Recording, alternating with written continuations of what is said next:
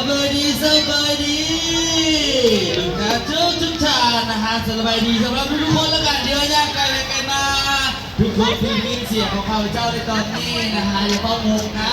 มาหากับพวกเราได้นะอยู่ที่อารีนาพาร์คนะในงานเทศกาลบุญช่วงเมืองพาวัดจัดประจำปี2022ครับอารีนาพาร์คนี่แม่กันดีนะวันนี้นะเขามีความซึ้งจะนักจะเต็มกันอีกแล้วทุกๆมื้อกันเลยตั้งแต่มื้อถึงทันทีถึงวันมื้อนี้นะฮะพอได้อยู่พอได้เศร้าเลยมันว่าเป็นระบบกันทุกมื้อทุกวันกันเลยตอนนี้ทางผู้บริหารนะยังมีตรงวันอยู่นะก็ต้องหมายถึงว่าลังไปรอบอื่นกันไปรอบบอลจะได้รอบแล้วกลับมานี่อยู่พวกเราความเยอะใจเป็นอาการแซ่บๆเย็นๆบ้านเย็นไม่ทั้งวัน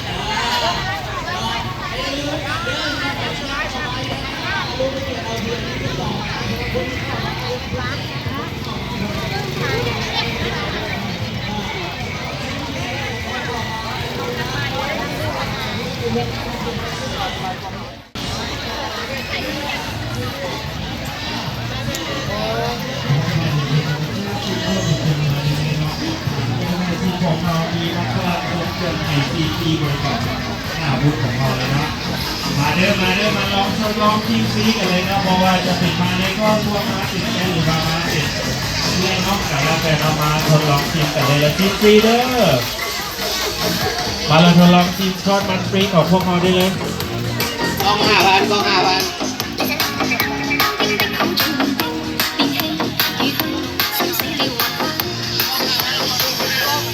บุรีแล้วนี่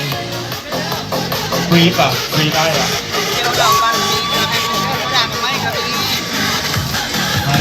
มาทดลองชิมมาทดลองชิมเรื่องของเขาฟรีได้เลยนะครับโอ้ไม่ชิมของพวกเขาทีนี้เนี่ยดูกันชิมฟรีได้ขนาดเลย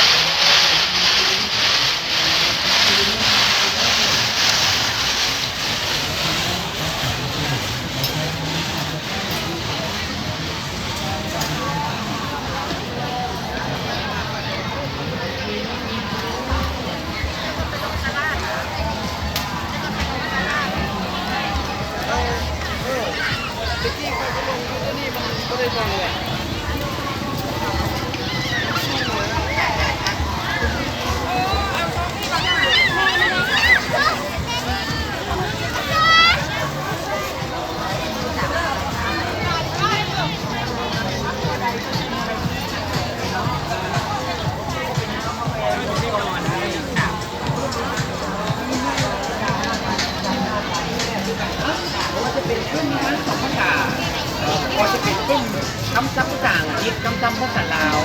เนาะเพราะว่าจะเป็นปึ้มเขียนพยัญชนะภาษาลาวเนาะแล้วก็ปึ้ม